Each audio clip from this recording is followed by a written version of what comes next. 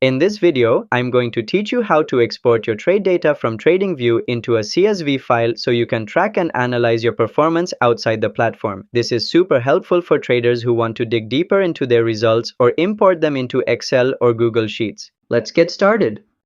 First, go to tradingview.com and sign into your account. Make sure you're logged in so your saved settings, data, and access level are all synced correctly. Next, head to the top menu and click on Products. This will expand a list of all the features TradingView offers. Then, choose Super Charts from the drop-down. This opens the advanced charting platform where most trading tools and data panels are accessible. Once inside Super Charts, look at the bottom panel and navigate to the Crypto Pairs Screener tab. This is where TradingView shows filtered market data that you can export.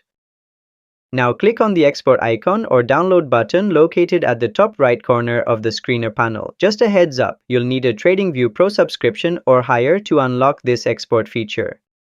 And that's how you export your trade data from TradingView into a CSV file. It's a simple way to organize your trading insights and keep a clear record of your activity. If this video helped you out, make sure to like and subscribe to How to Tutor for more quick and useful guides. See you next time!